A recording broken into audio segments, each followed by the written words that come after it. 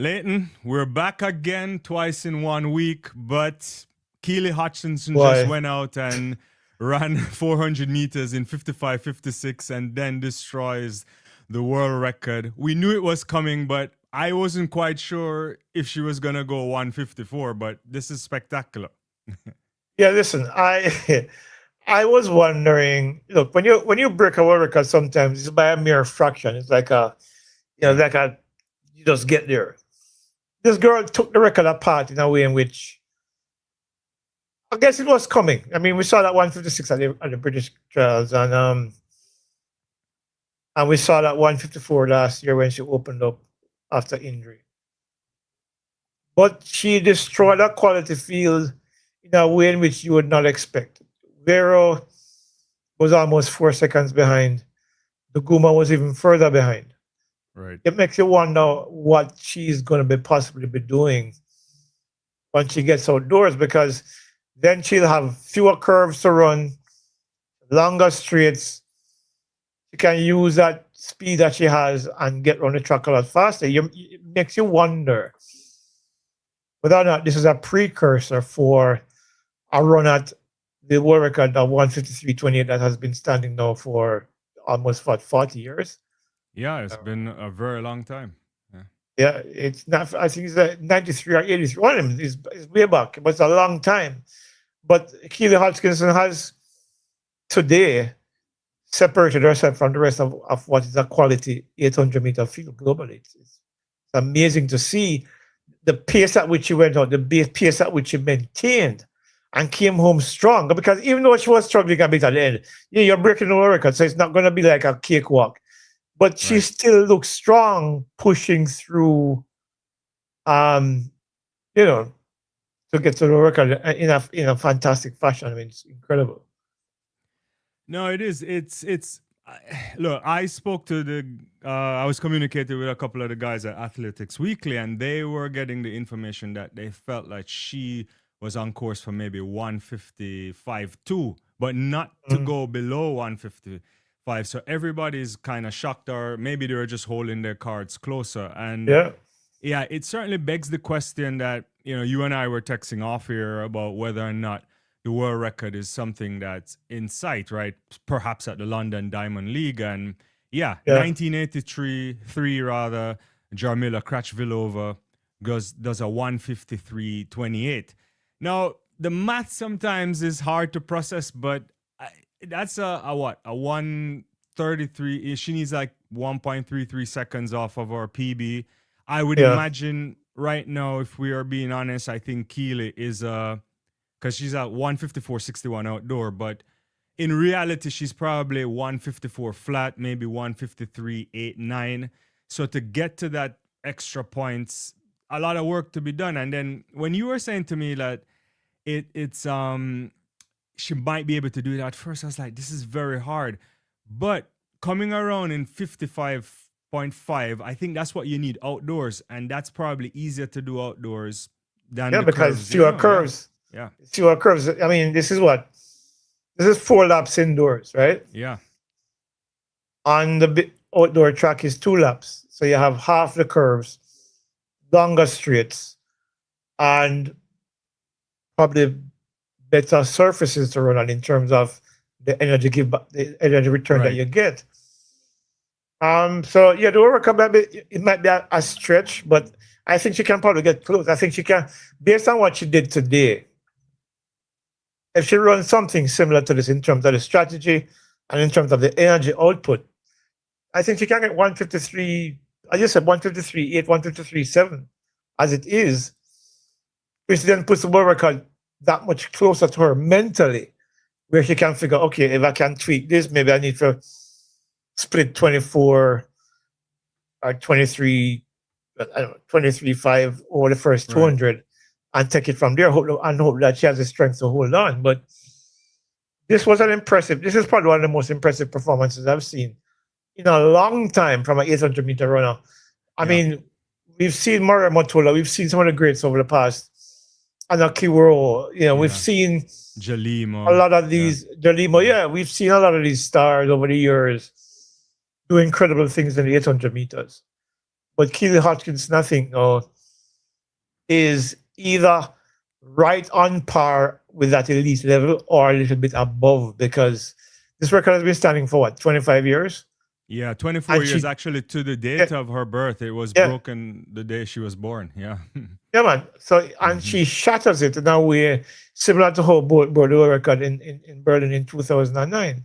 That's Right. the kind of thinking that you have, and you have to wonder how this sets her up now mentally in terms of, and then what program or what tweaks to the program she'll make when she goes outdoors, and whether or not the world record, the outdoor record, is something that they think is within reach within maybe this year or maybe next year.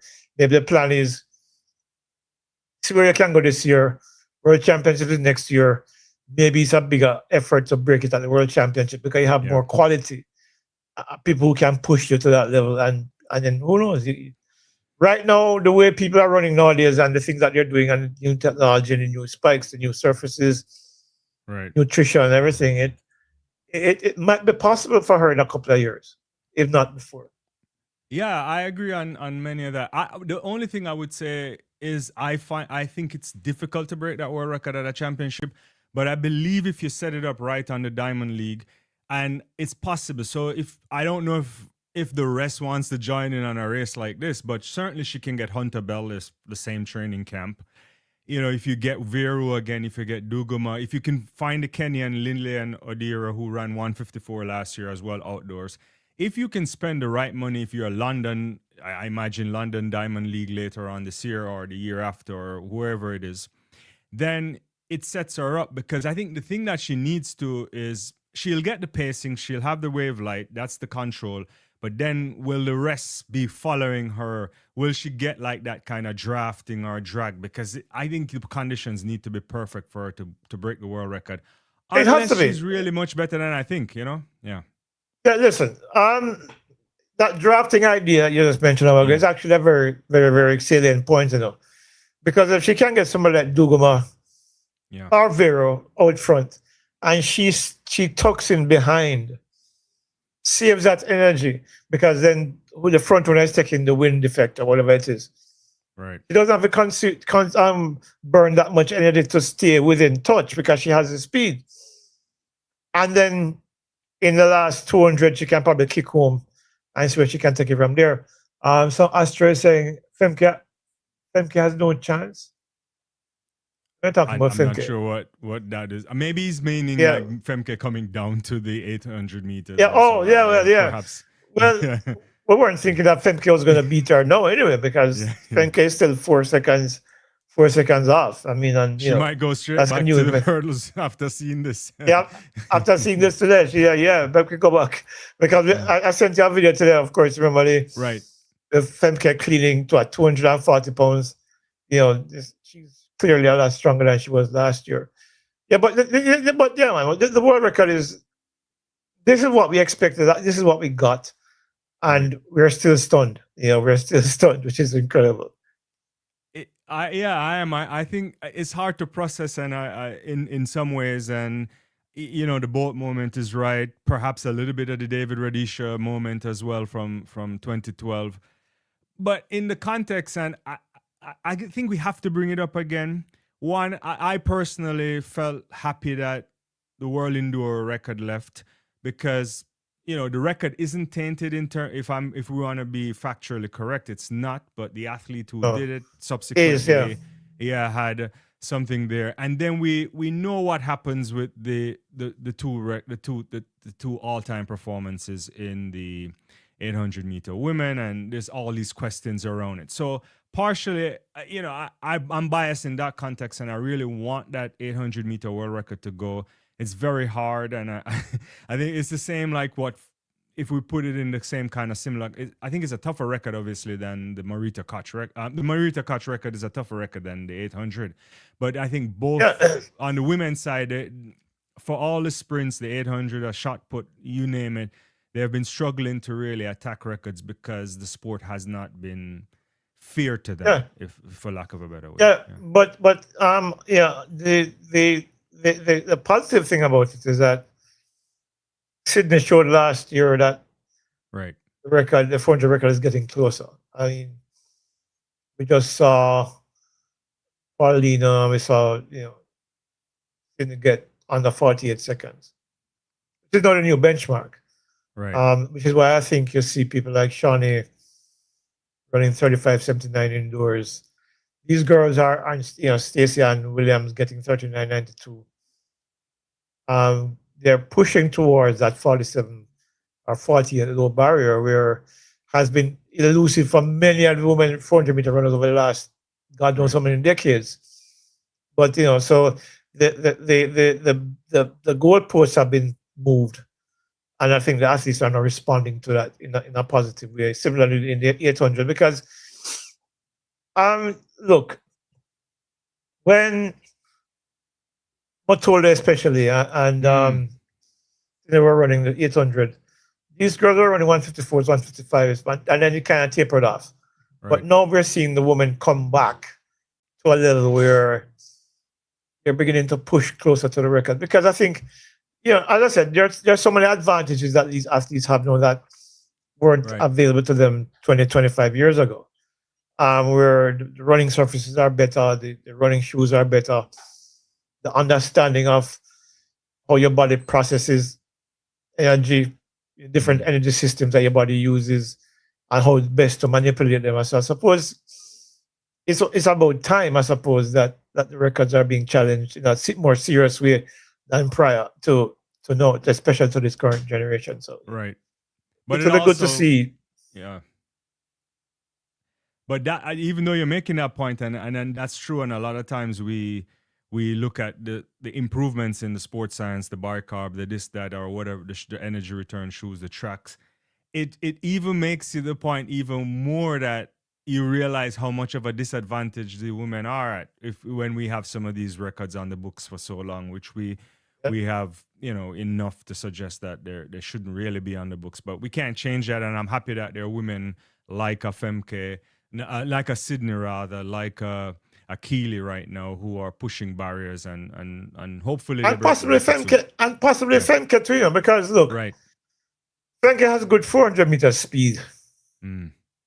If she can find a way to manage her energy systems a lot better, once she gets acclimatized to the 800, you never can tell. She might be the athlete who comes to really challenge that world record because of what she's coming from in the 400-meter hurdles.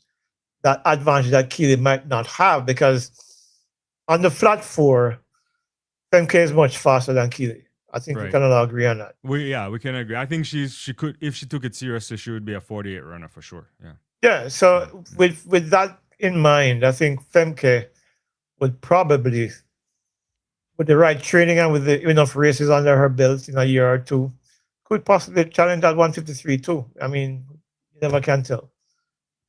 I agree. I think with Femke, it's going to be interesting. I think the challenge is to really feel what it's like to participate in an 800 meter with seasoned people, because what she doesn't understand in the sport is when they push the pace on her. I think her strategy would have to be one where you hang back, one where you try to just out sprint the rest. If you could, if she goes out on them, and I think their strategy would be to kill her, right? Like just to kind of take her out. But but even if you take Femke out, right? Theoretically, it should be easy for them to stay in touch with them because she's that much faster in terms of her flat speed. So while they are pushing for probably 51 for the first 4, Femke can probably tuck on somebody and run a 51.5 or 51.2 without exerting that much energy and still have enough to come home. But I guess, the key thing again is whether or not her energy systems will last the entire second 400. And that's something that she says they're going to have to work on with her strength, maybe some over distance work. The kind of work that will get her lungs and her body into the kind of position where those energy reserves are there for the last 200, or maybe even 150. But that's how I would see her running on. No, I agree with you about 100%. And maybe one last point on that would even potentially be maybe she would have to drop some weight too, because to carry all of that muscle. I mean, she's not. Was that Femke? Yeah, she's not that muscular, but you don't Oh, want to. she's yeah. Yeah, she still is bigger than the current 800-meter girls. Women rather. Yeah, I guess that's something that you've taken into consideration. Yeah. Sonia says hi to you. Dynamics coming in the house to say good evening, and Evening, guys. Spider-Man 1918 on your channel says 48 is a stretch. She still has a Sydney problem. I guess but Femke has I think he's saying in reference to the 400 meters, but Femke has a 49 low in indoors, so indoors, she has a world record over 400 meters indoors. So I think people forget that too. People forget that she has a world record for 400 indoors, running 2 laps. Yeah. Yes. Believe me, she can run 48. And Brian also over on your channel is saying 55, 57 is the more ideal split. I think he's making in reference to the 800 meters. No, I agree with it. If she comes in at 55, 3, 55, 2, then she can even run 57 and a little bit, and she'll break the world record. But it's just that they have to do it, Yeah, and that's a reasonable split. And 55, well, for Keely, 55 is not an issue. Neither is for Femke either. Right. That's on her flat speed, at 55 is almost like she's jogging. Right. I mean, she did it today, so yeah. Which is that's crazy, next level. It is. So it's been that's a fabulous kind of run there, Leighton, and thanks everybody for coming through on your channel. Don't forget to like, subscribe, and get your questions and comments in. We'll try to get them as best as possible. All right, where should we go next, Leighton? After you talk about a world record that's been on the books for 24 years, the question is, what's the next thing that we want to touch on? I thought the meet in general was good, so maybe we should start with maybe the hurdles finals for men quickly, and then we can go to the women. So we had, we had a 1-1, Kwai Mathai there, just from France, and Iopis there, 7:45, and Brackens from the United States coming in third. But a good run, a really good race. At first, I thought Iopis won it outright, but it's hard to see, to be honest with you. 7:446. Sorry, 7:446 was the electronic timing for both of them. Yeah. And look, Lafis has been running well all year. I mean, when you look at his times, I think his slowest time this year is 7:57, and he's run 7:49 this season. So that's not a big stretch for him in terms of what he's been capable of. I mean, the new national record today, yes, the personal best, but you can see where he's getting faster as he gets closer to March. Right. For Brackens, before I get back to Mathai, what is with the drop earrings? I don't know. Look, boss, I am looking at them and I'm that's not my business. No. I said anything one didn't do. But it struck me when they were introducing them, and I see Brackens with his 2 drop earrings. I'm saying, so what is girl are doing at the race? And then I look and say, oh, it is Brackens. And I'm like, dog, yeah, man. But to get back to the performance, 750 wasn't bad for him at all. That good run. He tends to lead, and he gets caught. Right. And that's the issue with Brackens for me. So but Lapis is he's showing that he has good form this year, and consistency of the performances actually augurs well for him if he's going to World Indoors, because then we know you can almost guarantee a 7.4 from him. Right. And if he does that, then it might take somebody like Grant Holloway or Trey Cunningham to beat him. Yeah. So he ran well too. I mean, both races look really good. He got caught. He stepped in the blocks a little bit in the final, but still around 7:45. So, right. Yeah, maybe he's the man to beat in Poland this year. Dynamics says the issue is getting on the podium. He finished 5th the last few major outdoor championships. Yeah. The outdoor championships are tough too. I mean, I think hurdles in general, as we've seen on both men and women's side, quite challenging to figure out who gets on the podium. Yeah. Yeah, but if you look at the time that he's running this season, Right. except for Trey Cunningham, nobody else is running those times, and he's been running them consistently. I think he's had this is like his fourth or fifth time on a 7.5 this season. Yeah, I think I so. mean, yeah, dynamic. You can check and tell us, but I think he's run 7:49 twice. I think he's run 7:47. Yeah, I think he's run about 4 or 5 times on a 7.5 this season. So yeah. Let me. Yeah, I guess you're right. I think So Trey Cunningham has about 7:37 and the 7:42 there from Cunningham, and Szymanski has a 7:43. But Yapis has 7:45 3 times. You're right, and yeah, he has a 7:49 as well, and 7:50 is like 4 times or 3 or 4 times. So yeah, so he's right there in the mix. Yeah. And while the others have run well as well, you cannot get the sense that he's trending towards faster times as it gets closer to Worlds. Because we're a month away, and this was a solid field. This was a quality field, no matter which way you cut it. And he's managed to run 7:45. So, so the reality is that he's trending in the right direction. And if he runs even faster at World Indoors, I wouldn't be surprised. Yeah, I agree with you. I wouldn't be too. And I think he also has the kind of advantage of, I mean, I guess we'll see better from the US athletes soon because their national championships is coming up. But I think he has that. He'll be fresh going into the championships. The one thing I would say, I don't know if you when you watch the semifinal, your thoughts on Simonelli, because I think he's been kind of up and down for me, and I don't know what to make of him because I think he's a really big talent. He's had a 750 this season I think in Madrid, but here he was 763, just didn't get into the final. Yeah. I don't know. You're probably right. I mean, I don't know what's going on in his background in terms of his training or whether that he's healthy or not.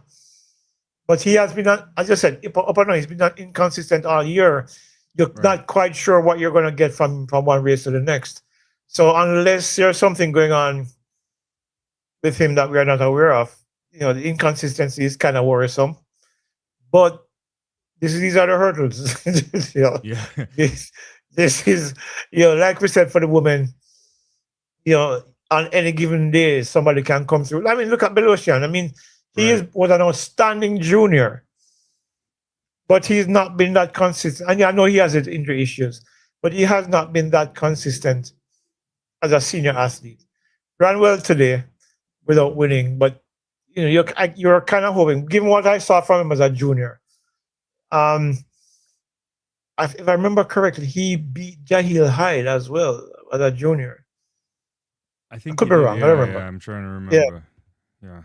But and I know he has had injury issues. I know he had significant injury issues over the years. But I don't know. He's not getting any younger, so he needs to strike while the iron is hot. Yeah, because he's 30? He's 30 now. So he, as you know, the French always take those the Guadeloupean athletes, and last year he had a medal. He got a silver medal last year at the World Indoor Championships. But as a kid he won in 2014 in Oregon. I remember that one, and then before that he had got bronze in Barcelona over. Because Jahil, I remember Jahil has had run in 2013 in Donetsk. I think it was Jahil that set the world record, the world under 18 record the year before when Jamaica won 6 gold medals. So but I know he's beaten. He beat Tyler Mason in that final. So it was Bolessia and Tyler Mason, and then it was Tyler Mason, not Jahil. It was Tyler Mason, right? Yeah. Before the the people with the internet come and tell us really quickly. Yeah. All right. Speaking of, since we were on the women, and I see Ferdinand coming through. He says at least run a fast 200. I think I missed the point on that, so maybe you have to tell us again. But you mentioned the women at any given day we can get real high quality standards, and Devynne Charlton is warming up nicely. Leighton. I think she's always eyeing what would be a three-peat if she went back and got Yes, that it would be title. it would be a Yeah. three-peat. Yeah, man, it would be a three-peat. The thing with Would be- her, Yeah. we saw her start out the year losing to Daniel Williams twice. Mm-hmm. But you saw today the indication that she's rounding into that kind of shape where the world record again might be under threat. You never can tell. Remember last year she wrote the world record twice, right? 767 and then 765. Yeah. If it wasn't last, it's the year before. One of them. Yeah. Yeah. I'm trying to remember. Yeah. Yeah, but the thing about her is that, her coach clearly understands her better than she probably knows herself. Because the way he conditions her each year running indoors is that she tends to roll into her best when it comes down to the things that matter. Her challenge is outdoors. Her last 5 hurdles, honestly, I spoke to her about it already. It's something that she's working on. But for those 60-meter hurdle thing indoors, she's impregnable almost. I mean, when it matters is when she wins. And right now, 779. Yeah, I was very impressed with her performance today, and she looked really good. I love her speed between the sticks. Yeah, She was really snapping down and getting ready. I mean, launching early and getting over the sticks and coming on quickly. But who I was impressed with as well, last year, coming into this season, Meg's PB was 798. Right. And of course, as we all know now, she changed camp. She's in Kentucky training with Devynne, with Masai Russell. But did I expect her to make that kind of improvement as quickly?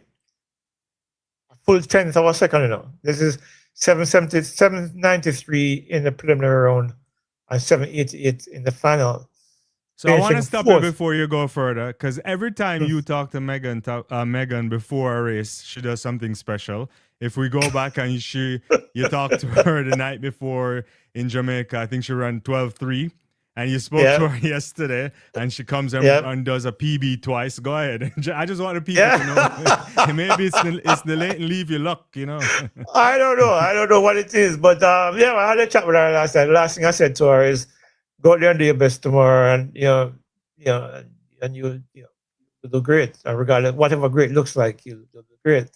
And then she comes around 793 and then 788, and this is just our first couple of months, in that new camp. So, it's going to be interesting to see whether or not she goes to World Indoors, and what time she will run there. Because I'm not saying she's going to go there to win. I don't think anybody beats Devynne Charles. And maybe the only person I think that probably has a legitimate shot is Detaji, because Detaji runs 767. 784. She ran 784 this 784 today, but Detaji ran 767 already. Yeah. She's the second fastest all time now. Right. So given where both of them are, and Detaji didn't look terribly either today. She was just ahead of Megan, but she caught Meg late. But Meg beat Visa and Alicia Johnson and some other people. But the thing about it is that too, and I thought Bapte was looking good from the last couple of races recently too. Yeah, true. So I think if Devynne is vulnerable to anybody, it would probably be to the Taji Kambunji. But right now it looks like if I would have to pick somebody to win in March, all things being equal, I still have to go to the two-time defending champion. So you would write off Pia Skrovska, because I think she's been doing a fabulous season this year. She's still with World League. Charlton is edging to it, 778, but yeah. Yeah, but look, when it came down to the crunch today, who won? Right. Yeah. That is how I judge people sometimes. It's not what you do leading up to.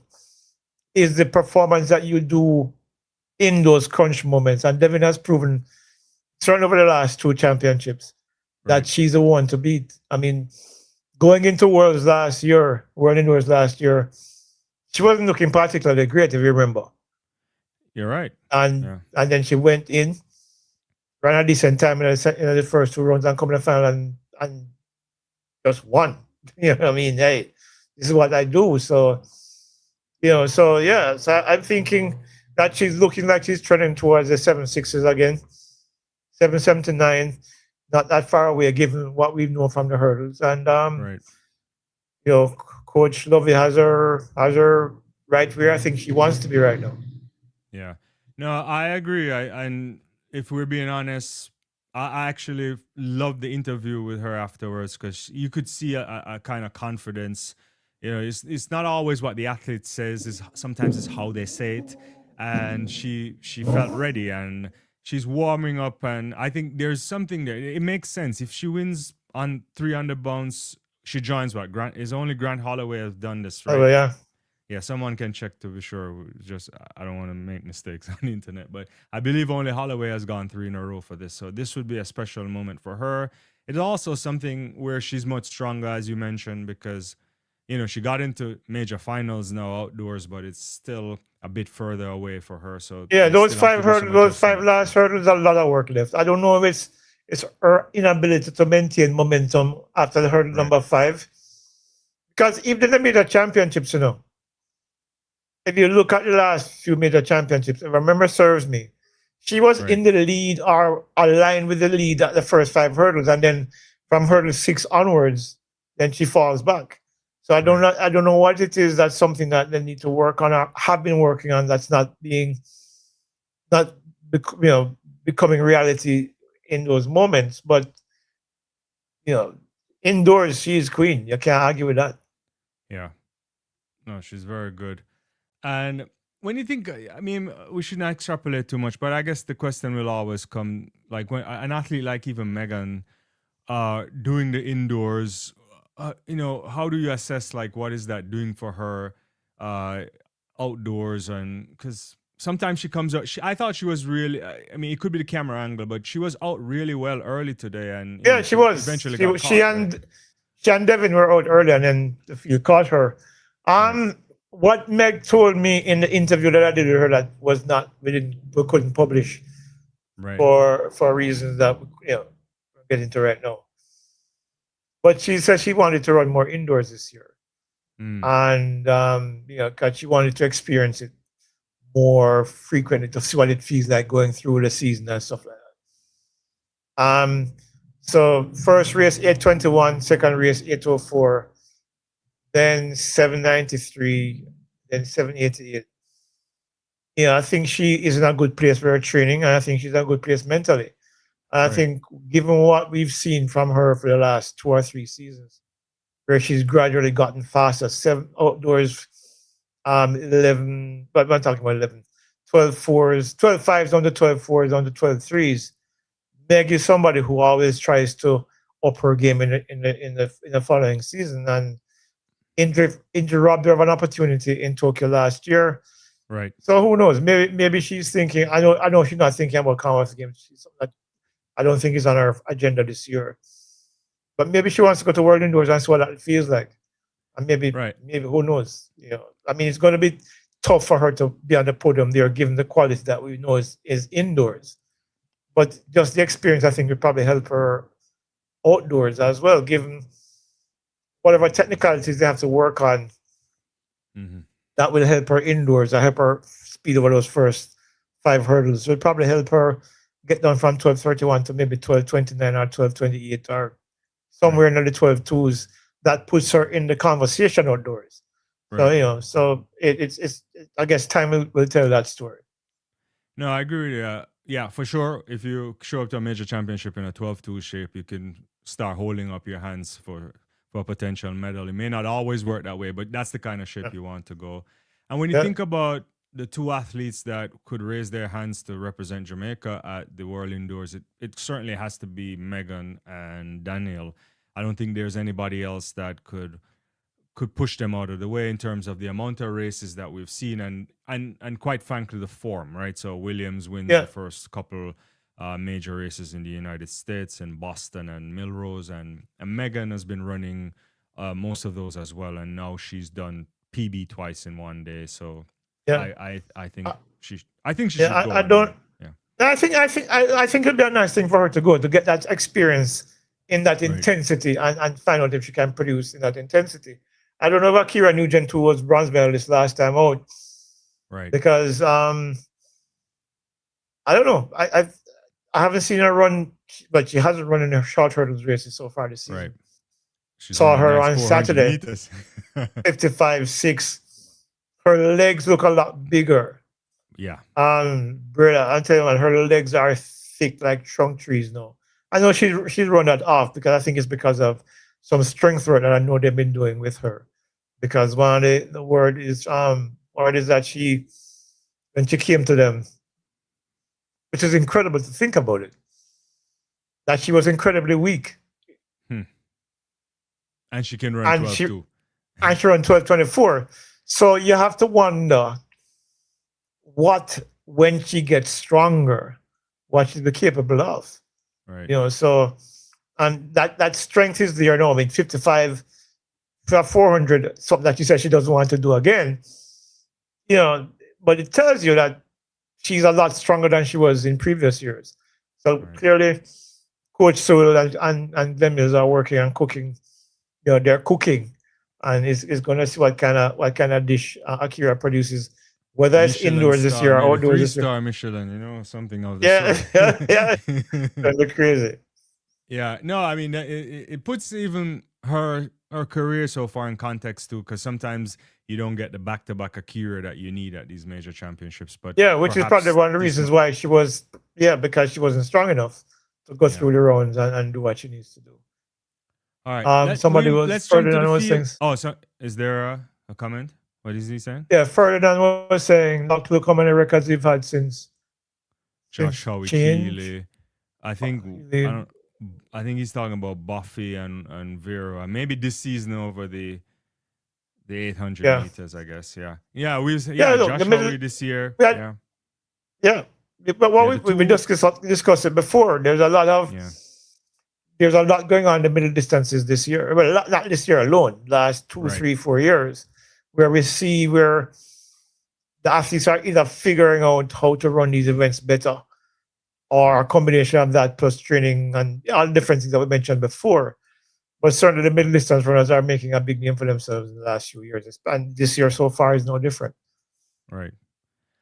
All right. I want to move to the triple jump, but I see a question on your channel that we speculated on the last live a couple of days ago, but we just addressed it. So I think it's Chrisanne Thompson is asking, is Elaine looking a contract with Adidas? Is that why she's running in it? What I think is happening with Elaine, and it's something that we discussed last year about Oblique. Oblique ran the 100-meter finals in Tokyo in our middle distance spikes. I think Elaine has found as pair spikes that her feet are comfortable in. Because, and it's not just her, the Puma Sprint spikes last edition or last couple of editions. I've heard a number of athletes complain. They don't like it, yeah. Yeah, it pulls on their Achilles and it pulls on their, and it's very uncomfortable for them. So in the search for shoes that make you more comfortable with, I think Adidas is winning that battle right now, because we've seen nobody do it, and we see Elaine running in it. I don't know if Elaine is working on a contract with Adidas. That's something I have no clue about. I'm wondering if that's even possible, because she's 33. She hasn't run in 2.5 years. Would a shoe sponsor sign her to a contract that would probably take her into 37, or a 2-year contract that takes her into 35? Do they want to take that risk given what they've seen from her before? That's a question that only they can answer. Right. Unless it's something like a 1-year contract or a 2-year contract with heavy incentives. So it's laden based on performance more so than any baseline. Yeah, because if Elaine... Go ahead. Yeah, go ahead. No, I suspect when you think about Elaine and the type of athlete that she is, even everyone hopes if she were to return to any semblance of proper form, then she could be in the conversation for medals potentially. We don't know for sure, and I suspect any sponsor would want to associate themselves with something like that. But it's a heavy risk, I imagine, as the way look, track and field contracts are structured. Yeah. If you're looking at an athlete who is on the wrong side of 30, right, an athlete who has not competed effectively since 2022, that's almost 4 years. Remember, she went to Commonwealth Games and Worlds in Oregon when she got bronze and Commonwealth Games and she won the double. Elaine hasn't done anything since that time, primarily because of injury. If you are an executive or an agent looking to negotiate something for her, what do you negotiate on? You can't negotiate on something that happened 4 years ago. Right. You have to negotiate on something that's happening now.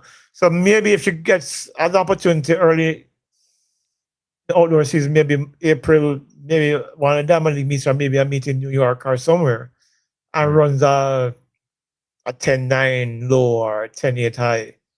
Maybe they might consider a short-term contract for her. I'm not an expert on it. I can only speculate from a common sense perspective of whether or not I would sign a 33-year-old athlete who has been hampered by injury for the better part of 5 years. Because, I mean, she won in Tokyo, and she won in Oregon in August that year, 10:54. But after that, she has not gone back to that level.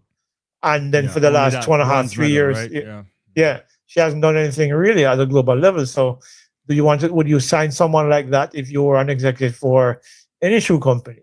That's the big issue. So that she's running in a pair of Adidas spikes, it might just be what is comfortable for her now, and not necessarily alluding to anything like a contract opportunity.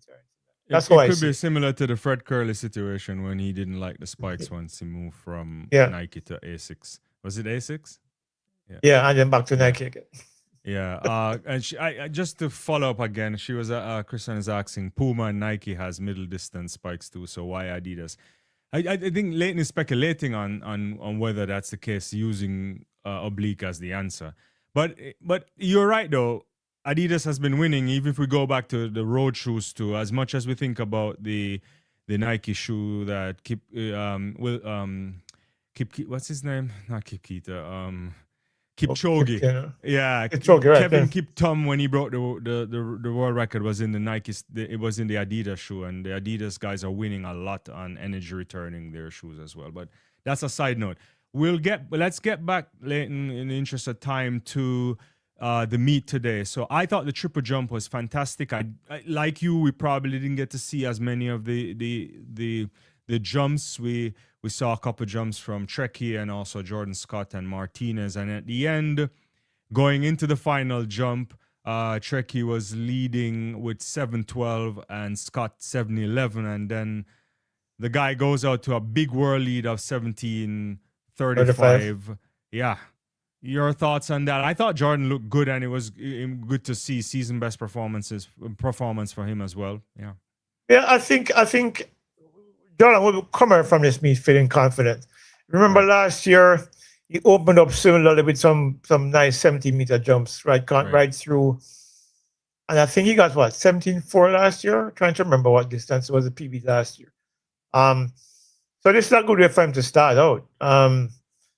And then now there's something for him to work with and to build on. So I'm talking to his coach after that last jump, which was a no jump, full jump, which wasn't particularly good anyway. I wasn't quite sure how big it was. The last jump. It wasn't beyond the 17:11 that he did. Yeah, it looked more like a 16:90 something.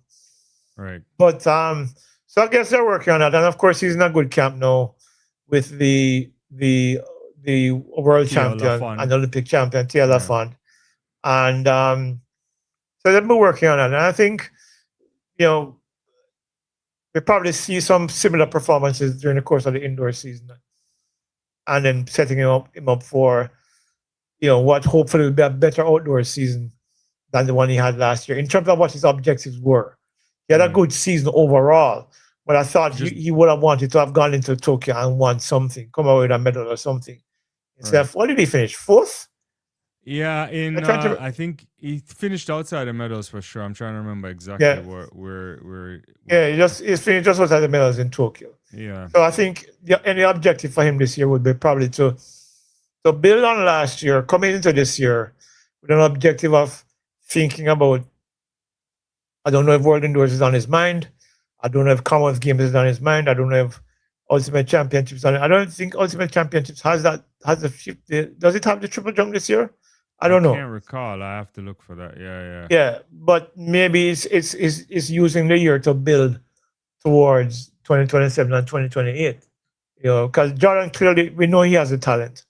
Yeah. And the He last two finished fifth seasons we've seen fifth, yeah, just for for accuracy. 721 in Tokyo last yeah, year. Yeah. yeah. No, So he had so I think he going into the World Championships last year, he was on a lot of people's was a books favorite, yeah, to medal for sure because he had a yeah, fabulous outdoor season last year. Yeah.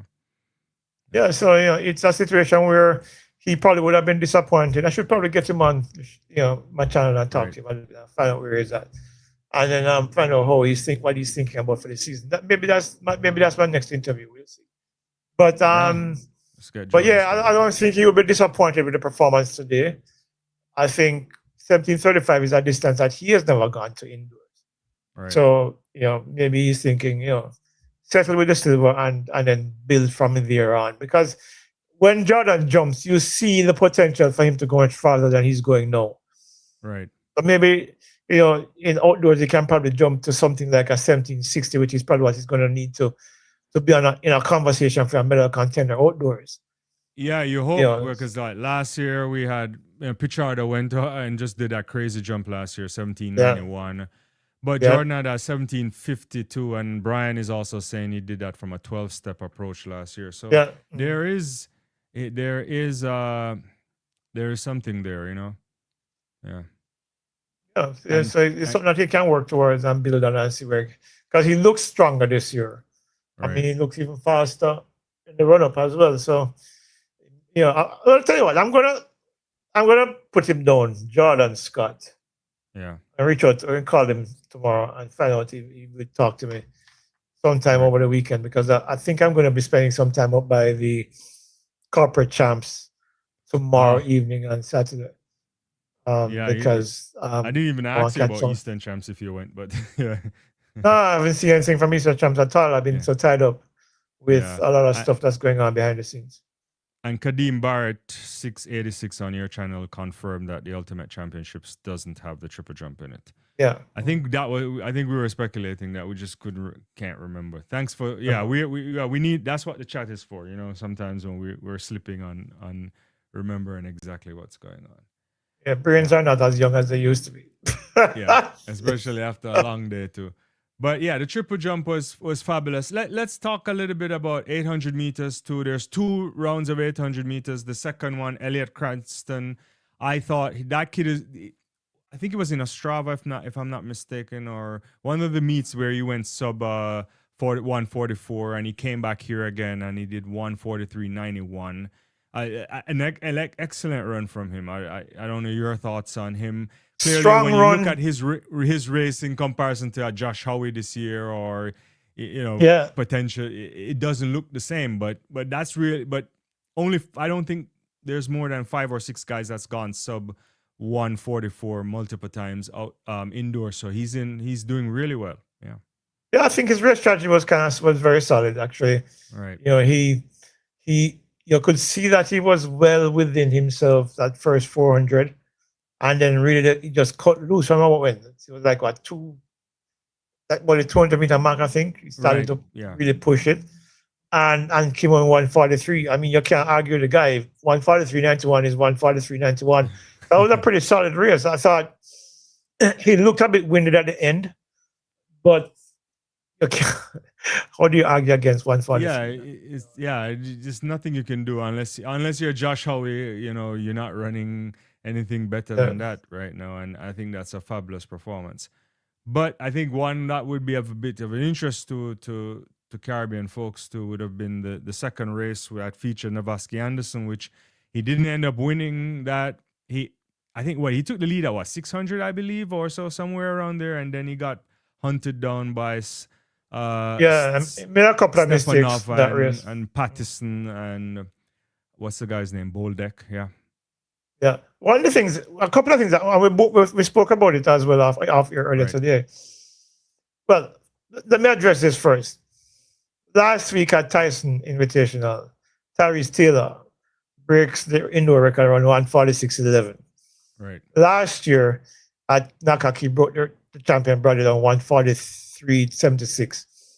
Held it last year for 3 weeks. This year, less than a week, and Navaski took the record from 146.10. Navaski made a couple of errors in that race, I think.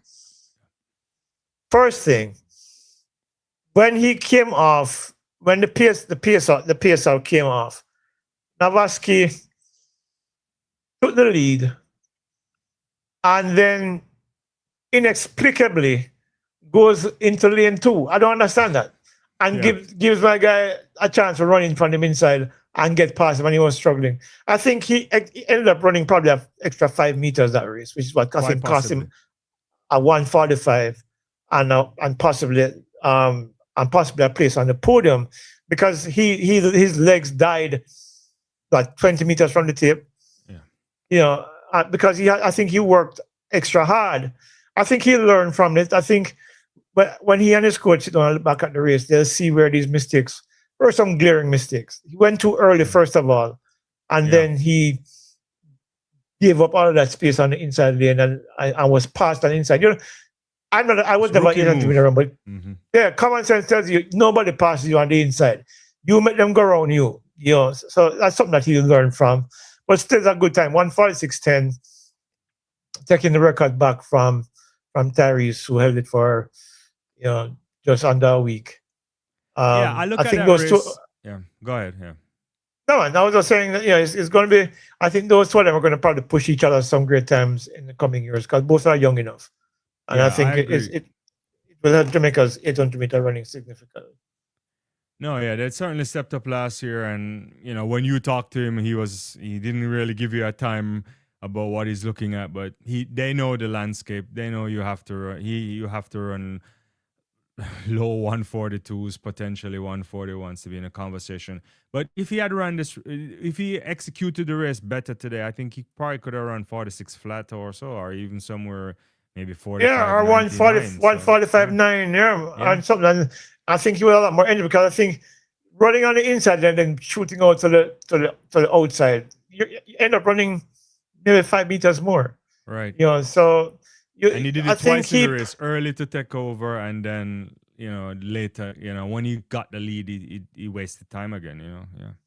Travels far. I don't think Femke is ducking. She has an Achilles issue, and knowing her and her coach, they are careful. They want to ensure that she's healthy for the outdoor season. I agree. She wouldn't. I mean, she would be ducking against herself today, right? Like I don't think that was an issue, right? Femke ducking. Yeah, Femke does. I don't think Femke hides. Let's be honest. Yeah. Oh, I think Ferdinand was saying you missed my first message. I said changing the rules 800 to move breakpoints same as 400, a huge difference. Okay, I get what you're saying, right? Yeah, I said no. Cut over, right? Yeah. 100%. The cut over, what? 150. The cut over, right? Is that 150? Yeah. Yeah, something. Yeah. Yeah, understand that point now. The clarity is now there. Yeah. Appreciate it. Ferdinand is in South Africa. He's probably way late over there right now. Or early morning, actually. Yeah, early morning rather. Yeah. All right, some other good performances, Leighton. We go back to the field. We got a first 6 meter jump today from Corrales there. And gotten some there. He's 590. That was a big jump for him too. I thought. Good quality competition.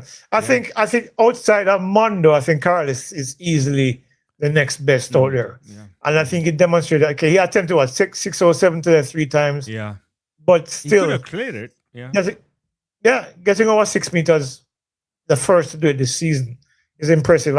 And what I like about him is that he brings an energy to the pole vault, right? That I don't even think Mondo brings it because of what we know he's capable of doing. Corrales brings a kind of star quality. That is, he's always engaged in the crowd. He's Yeah. always, he has that vibe about him, and he jumps well, and he jumps consistently well as well. So I think good performance from him today in a quality field against Very quality good. competition and quality heights as well. So yeah, I thought he executed well. I was a little disappointed when I saw him fall short on the final attempt of 607. He didn't even approach the bar. That I thought he would have probably at least gone over and maybe even hit it off.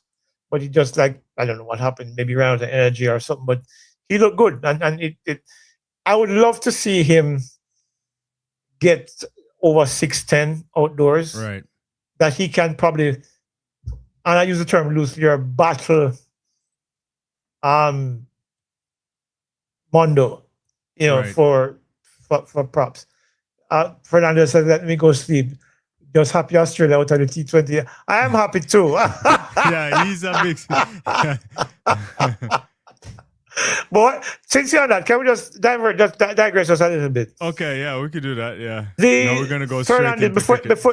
before you go to sleep, do you think the preceding was wrong because it has all the top the group winners in the same group, and then all the second place guys are the runners up in the other group?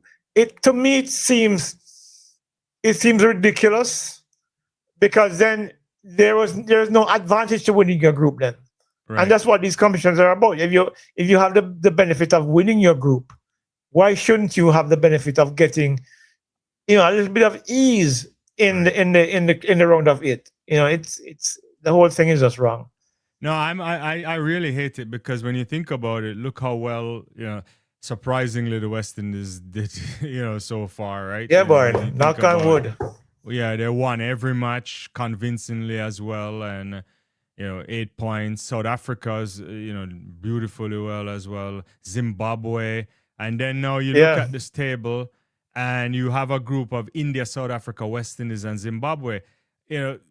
All the group form winners. teams are on one side of the thing, and then England, New Zealand, Pakistan, and Sri Lanka over on the other side. And I don't think it's fair at all. I'm not sure I like the way they seeded it. I think India has too much power in the ICC. Right. I think they do that. I think they do that to give India an advantage, where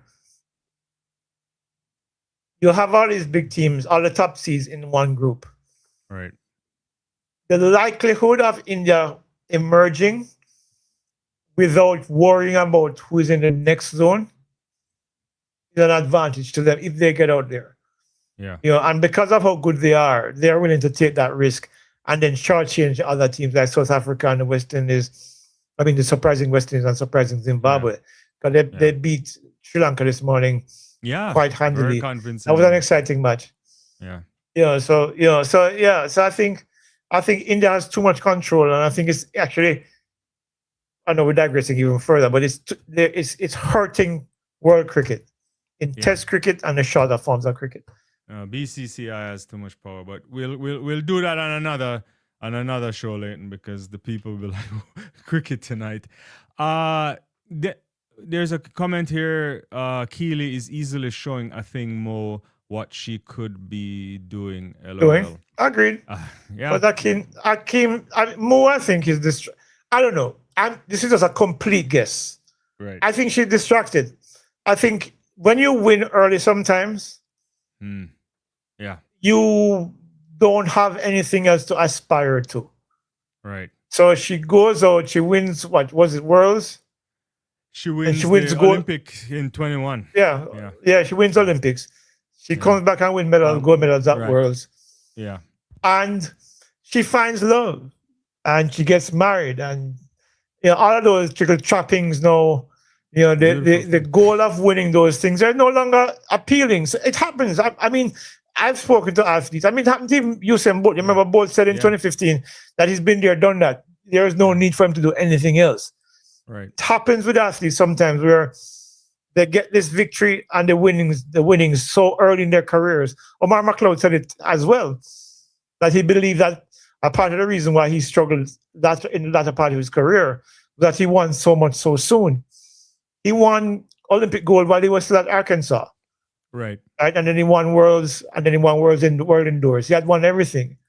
And then what do you do after that? When you reach your what's the goal? The world record, which I know they're probably thinking about at that time. And Mark got, I don't know what happened to him, but then he left and went to Florida, and then everything went to pot after that.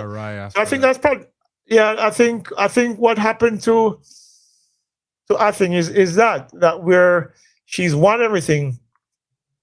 She's made her name. She's made some money, and her focus has shifted somehow. I know. I suspect that there's some injury issues as well that was involved in that. Because remember, she didn't run for almost an entire season, couple of seasons ago. Yeah. But I don't know, man. It's disappointing because I remember when she was at A&M, she and Cherokee Young, and that 4x4 team that they had, that was really good. I mean, I'm going to do a video on 48 or 400 meter runner too, right? Yeah. And to see her now, she's not even present in the sport. Yeah. Before I was about to say this, but I'm glad that objective. I was waiting to get this point in, but no, I don't have to claim it on the internet, so I can say objectivity said it because he has it on your channel. He's like, Athing is talented but not passionate for the sport, and that's the interesting thing. We've had those conversations, and I'm always hesitant to use this explanation because I think we can lump even the likes of a Michael Norman in this. But I don't have enough facts to say it, and it sometimes is a injustice to the athlete to suggest that's not the case. Yeah, Michael Norman. Yeah. I think. How do I coach this? I think Michael Norman has anxiety issues. The reason why I say this is that there are times when he was on top of his game, when he just was in college and just came out of college, his performances tell me that he's not comfortable with the limelight. And he is not comfortable being someone who there's expectation of. This is just a vibe I get. I have nothing empirical to go on here. And then he was running the 400, came on the 200, and he went to the 100. You remember? He's like, he can't make up his mind what he wants to do. It was like a loose cannon move. Yeah, I don't understand him. And, he's another talent that is falling by the wayside. And it's unfortunate because I think he was extremely talented. And somebody who, didn't he win Worlds? Yeah, he won Worlds in 22 in Eugene. He won 2022. Yeah, sorry. It was the thing that who won in 2019. Stephen Gardner. Gardner won in 19. He won in Eugene. He had double medals there. He was on that 4x4 gold medal in the Olympic Games the year before. And, he didn't do well in that games, I don't think. But this is a guy that's run 40, 43, 45. And we thought since 2019, he was in that great race too with Fred Curley and all those guys too when they were in NCAA athletes, right? Yeah. So I don't know. It's unfortunate because sometimes, as objectivity said, maybe it's just the passion that they lack. Yeah, possibly it could be.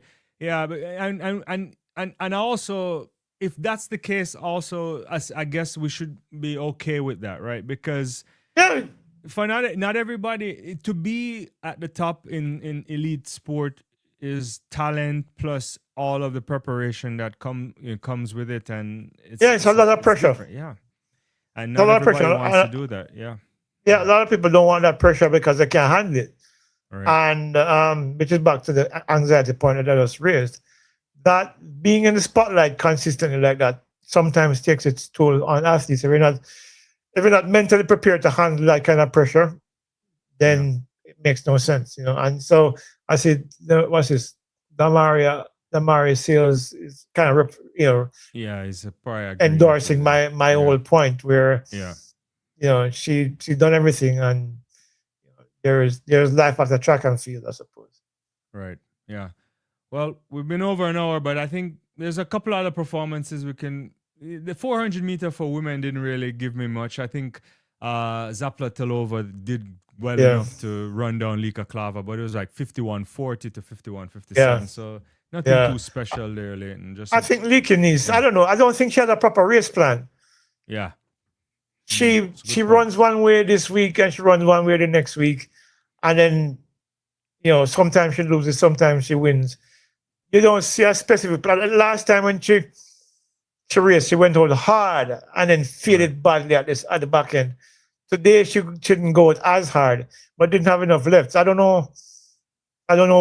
Somewhere the solution lies in between those two models, and and she's not consistent at all. You don't know what she's going to come with next at all. It's kind of disappointing because I like her. I like her as a competitor. I like her, as an athlete. I think there's something about her I like. I like her energy. Yeah, I think physically she's fit for the sport. She's a good height, good body mechanics and all movement. If she gets it right, she's a good athlete. She's certainly does a wonderful job on the Dutch team. But I don't know.